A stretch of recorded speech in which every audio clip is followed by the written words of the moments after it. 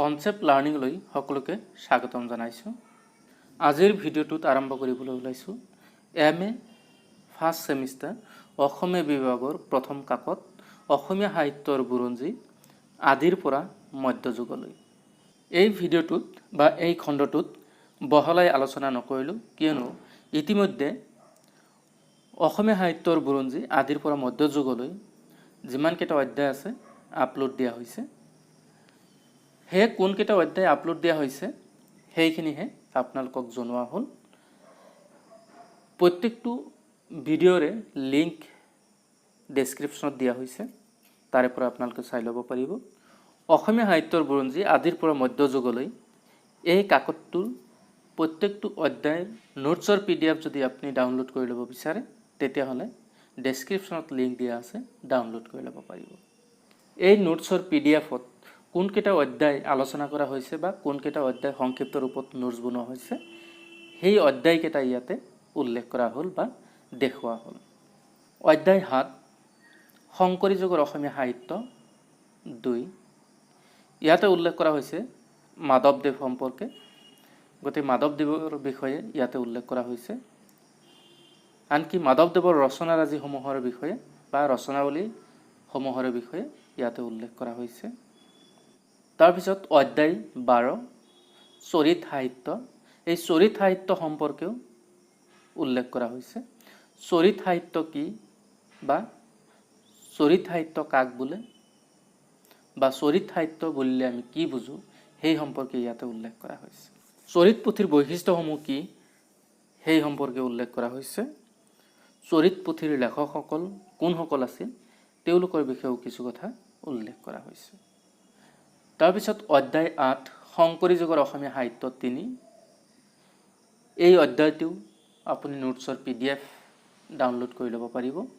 ইয়াতে উল্লেখ কৰা হৈছে শংকৰী যুগৰ অসমীয়া সাহিত্য তথা সাহিত্যিকসকলৰ বিষয়ে। ইয়াতে সাহিত্যিক অনন্ত কন্দলীৰ বিষয়ে কোৱা হৈছে। অনন্ত কন্দলীৰ ৰচনাৱলী সম্পৰ্কে ইয়াতে উল্লেখ কৰা হৈছে।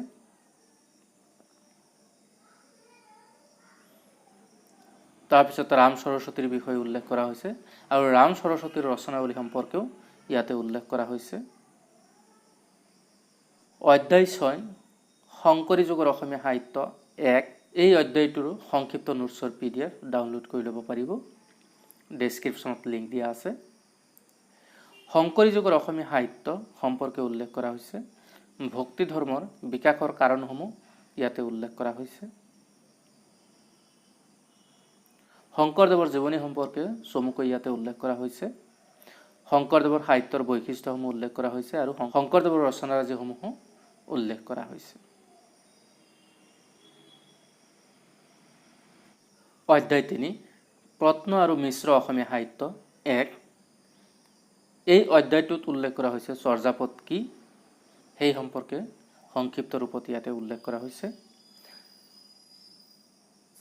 শ্ৰীকৃষ্ণ কীৰ্তন সম্পৰ্কেও ইয়াতে উল্লেখ কৰা হৈছে। শ্ৰীকৃষ্ণ কীৰ্তনত কেইটা খণ্ড আছে বা ইয়াৰ খণ্ডসমূহৰ বিষয়েও উল্লেখ কৰা হৈছে। সাহিত্য সৌন্দৰ্য সম্পৰ্কেও উল্লেখ কৰা হৈছে। অধ্যায় ৪ প্ৰত্ন আৰু মিশ্ৰ অসমীয়া সাহিত্য ২। ইয়াতে উল্লেখ কৰা হৈছে শূন্য পুৰাণ কি, নাথ সাহিত্য সম্পৰ্কেও উল্লেখ কৰা হৈছে। অধ্যায় ১ আৰু ২ প্ৰাচীন অসমীয়া সাহিত্যৰ ৰূপ সম্পৰ্কে উল্লেখ কৰা হৈছে। প্ৰাচীন অসমীয়া সাহিত্যৰ ৰূপ কেনেকুৱা ধৰণৰ আছিল সেই সম্পৰ্কে কিছু কথা উল্লেখ কৰা হৈছে। শাসনাৱলী সম্পৰ্কে উল্লেখ কৰা হৈছে। অসমীয়া লোকসাহিত্য সম্পৰ্কে উল্লেখ কৰা হৈছে, উদাহৰণ হিচাপে মন্ত্ৰ সাহিত্য। যোগিনী তন্ত্ৰত সৎকৰ্মৰ সাধন সম্পৰ্কে উল্লেখ কৰা হৈছে। মন্ত্ৰ সাহিত্যৰ বৈশিষ্ট্য কি বা কেনেকুৱা ধৰণৰ সেই সম্পৰ্কে উল্লেখ কৰা হৈছে। ডাকৰ বচন কি সেই সম্পৰ্কে উল্লেখ কৰা হৈছে। ডাকৰ বচনৰ অন্তৰ্নিহিত বিষয়বস্তু বা ডাকৰ বচনৰ অন্তৰ্নিহিত বিষয়সমূহ কি কি সেই সম্পৰ্কে উল্লেখ কৰা হৈছে। অধ্যায় ৫ প্ৰাক শংকৰী যুগ সেই সম্পৰ্কে উল্লেখ কৰা হৈছে। প্ৰাক শংকৰী যুগৰ সাহিত্য আৰু সাহিত্যিকসকলৰ বিষয়ে উল্লেখ কৰা হৈছে।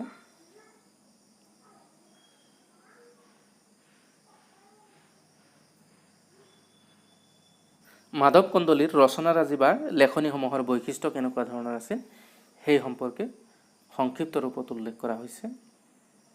ৰুদ্ৰ কন্দলী সম্পৰ্কেও ইয়াতে সংক্ষিপ্ত ৰূপত প্ৰকাশ কৰা হৈছে। এইদৰে সংক্ষিপ্ত ৰূপত নোটছ বনাই পঢ়িলে নিশ্চয় পৰীক্ষাৰ আগত গোটেই কিতাপটো দিনত 2-3বাৰকৈ ৰিভাইজ দিবলৈ সক্ষম হ'ব। এইদৰে সংক্ষিপ্ত ৰূপত নোটছ বনাই পঢ়িলে নিশ্চয় পৰীক্ষাৰ আগত গোটেই কিতাপটো দিনত 2-3বাৰকৈ ৰিভাইজ দিবলৈ সক্ষম হ'ব আৰু পৰীক্ষাত ভাল ফলাফল দেখুৱাবলৈ সক্ষম হ'ব। এই সংক্ষিপ্ত নোট যদি আপোনাৰ পচন্দ হয় বা ভাল লাগে তেতিয়াহ'লে এই নোটছৰ PDF ডাউনলোড কৰি ল'ব পাৰিব। ডেছক্ৰিপশ্যনত লিংক দিয়া আছে। যদি আপোনাৰ উপকাৰত আহে তেতিয়াহ'লে আপোনাৰ সহপাঠীৰ লগত শ্বেয়াৰ কৰিব, লাইক কৰিব, চেনেলটো ছাবস্ক্ৰাইব কৰিব। MA এছামিছ আৰু MA এডুকেশ্যনৰ প্ৰতিটো কাকতৰ প্ৰতিটো অধ্যায় এনেকৈ সংক্ষিপ্ত ৰূপত নোটছসমূহ আলোচনা কৰা হ'ব। পিছৰ খণ্ডসমূহ চাবলৈ নাপাহৰিব। আজিলৈ সামৰিছোঁ। ধন্যবাদ।